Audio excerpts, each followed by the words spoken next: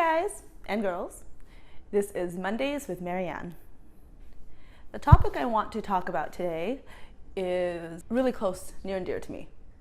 It's about culture. And growing up as a Filipina-American and being part of an Asian culture, there's some amazing qualities, but there's a lot of things that people also don't talk about.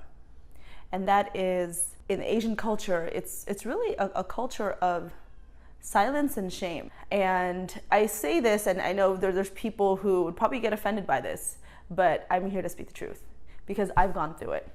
And since respect is so high in my Filipino culture and in Asian culture in general, you respect your elders, you respect people who have authority. Respect is so important. The other side of it, the flip side of it, is silence and shame. Because when someone's older, you don't talk back.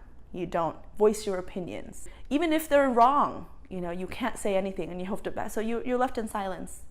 And if you do say something, that people are like, oh my God, what are you doing? What are you saying? You're shamed. You feel guilty and you feel this sense of like being wrong. Even though deep in your heart, you said the right thing. That kind of culture and the people who believe like, no matter what, you're supposed to follow these rules. You're silenced and you're shamed.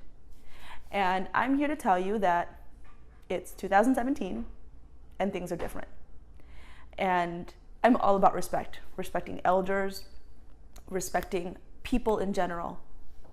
But if you see something or someone doing something fundamentally wrong, you have to speak up.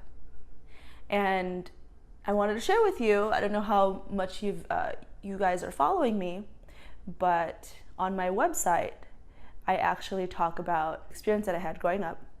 I am a survivor of childhood sexual abuse. And for the longest time, over 21 years, I was silenced. And I finally got the courage to talk about it very recently. I'm in my 30s now, and it took me a long time because I felt silence. It was something that was kind of swept under the rug.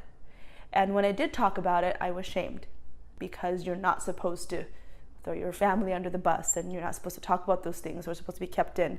But I felt in my soul and my heart of hearts that I had to speak out. Because it's when you don't talk about it, when you don't speak out and when you don't take a stance, that the problem continues. And so for me, speaking out was very against my culture of silence and shame. But I have no regrets because I know that what I did was right for me. It was for my healing. And everyone's different. There's people that can't talk about it or don't want to, and that's totally, if you're not ready. And I wasn't ready for 21 years. If you're not ready, then you don't. But if you really, really feel deep in your heart that you have something you really want to take a stance on and stand behind and really champion, then you should do it. Fuck the silence and shame. Because at the end of the day, you're only hurting yourself. And for me, speaking out was a big part of my healing. And, by speaking out, a lot of people messaged me about how it impacted them and how even though they couldn't speak out, they felt empowered because they heard someone else talking about it. Because it's not all sunshine and rainbows.